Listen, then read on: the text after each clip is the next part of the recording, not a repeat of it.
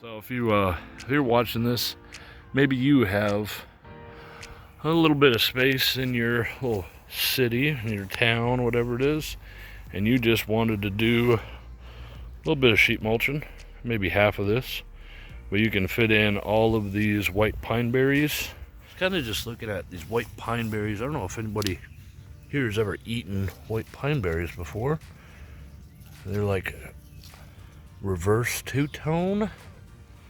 I'm not even sure like if they're ripe or not. Should they be bigger? I guess I could eat one.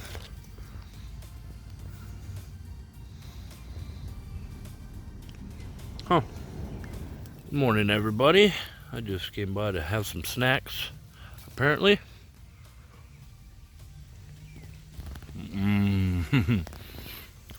Also, to look around, this is a single lot in a city. Sorry. Crunch is so good. See if I can back up and record here. Alright, so what I have here is a single lot that is sheet mulched. On the sides, they come around. There's another couple areas that are sheet mulched. And what we had started off with was a complete empty space. We planted some arugula and things like that in here. This is, I always forget. I'm going to remember it. I'm not going to remember it. I'll have to look at the tag. Lovage, see? Lovage. So we had other plants stuck in here. We never maintained this very well, like at all. So that's something I personally am gonna have to start working on. But back to this, we had ordered from Chip Drop, and then I think we had ended up talking to one other person that was trimming trees, and they just came over with 10 or 12 dump truck loads of wood chips. And we had it all laid there, and then we started with buckets. We sheet mulched all of this, and then we just grabbed bucketfuls of a huge mountain of wood chips that we had. And we left all of this as deep as we could, because where the house was, which is in line with this other house, they had tore the house down and then filled the basement or whatever was there with trash and a little bit of soil. So now what we've been trying to do is let it go a little bit wild, plant some strawberries, all sorts of clover. The wild lettuce has come in, so that's adding a lot of material and getting some of the soil and the wood chips broken down. So hopefully over the next couple of years we'll be able to do things like add pear trees. We have added I'm trying to think, I thought we had a couple of currants here, but I'm actually planning this fall to plant a couple of hazelnuts in here right on the edge, and I think we should be okay. We tried to get a little bit of comfrey in here, but since really it was so hard to plant anything, all of the things that are here are just wild sown or by handfuls of seed. So different wildflower mixes, clover, things like that. But on the edges we've been able to dig down without getting like shards of glass. Like it's pretty bad area here. And we've got our comfrey, and we just cut this back from it being like this tall. We got this back about a week ago, and it's already coming back just like it should, just like it always will, which will add to all the nutrients and green stuff growing in our soil, which is what we want. There's a couple more. So what you see, we've started filling out the edges. We got a couple of elderberries here that are doing okay. We've done a cutting, and that failed for whatever reason. Maybe a dog or a rabbit came over and just kept eating it. I don't know. This is a service berry here, and there is another service berry. I think it's just right next to it. There's the one service berry. We got that from our local county. And there is one more in here. I know there is. There it is. So if we kind of look at it from far away here in 3-4 years, when those get big, they'll be right in the walking path, so we can, birds will probably mostly eat it, but we should be able to reach up and Have a few handfuls of service berries. And this is our huge, long block for grasses from coming in there. And you can see how effective this comfrey has been.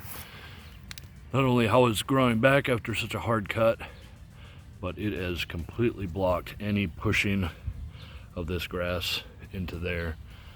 And you can really see the shade line that the comfrey casts when it gets big. Just nothing grows through there because they can't get any sunlight.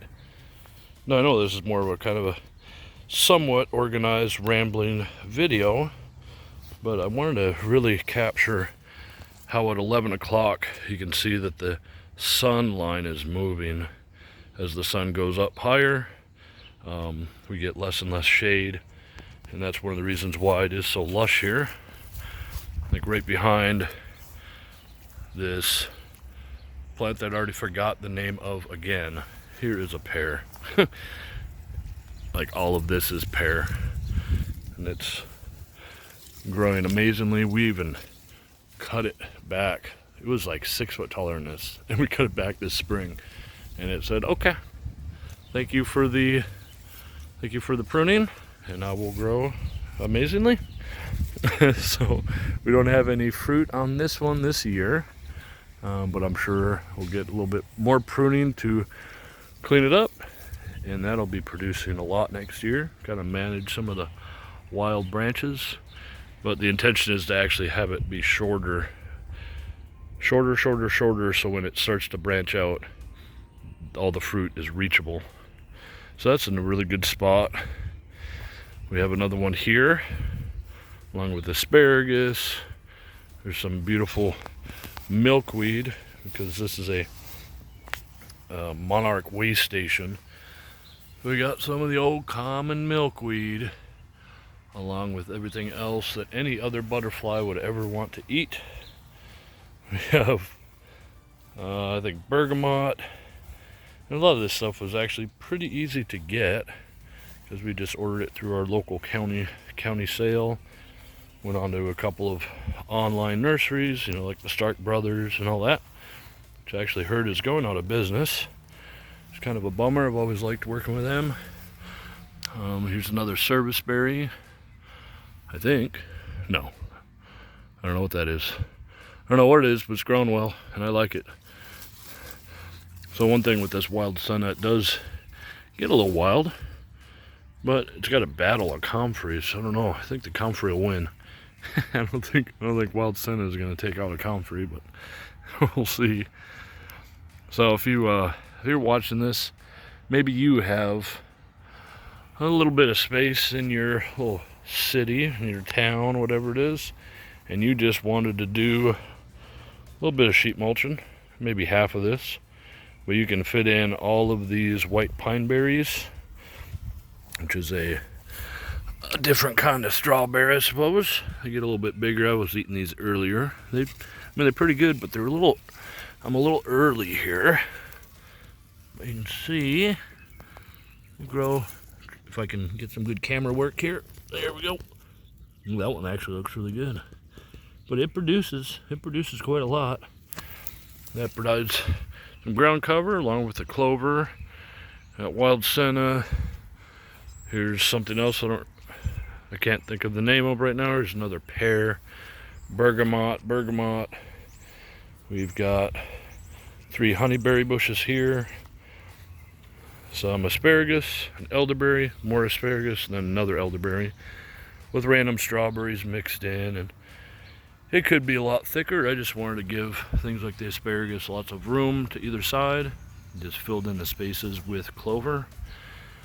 So if you were thinking about any ideas on how you could do more of a naturalistic, low maintenance but high growth garden area with perennial plants, this has really worked out well for us. And you can see even this area, it's 11 o'clock now, so noon, maybe by 1, before 1, all this area will start to get sun.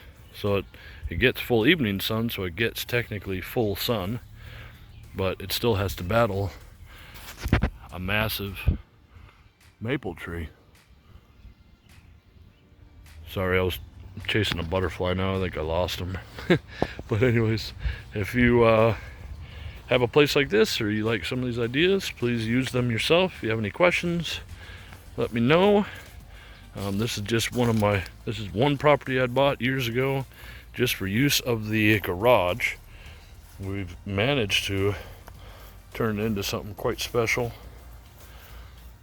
with all sorts of, I mean, we got different flowers blooming all throughout the year, except for, well, even in the winter there's some comfrey up. We got blackberries in the back here. There's raspberries. There's even some currants. See that? There's raspberries or blackberries, and there's a currant bush. So you can have both. You just got to pay a little bit of care and it'll work out. So thank you for watching, and I'll see you next time. I gotta mow some grass. All right, thank you. Bye-bye.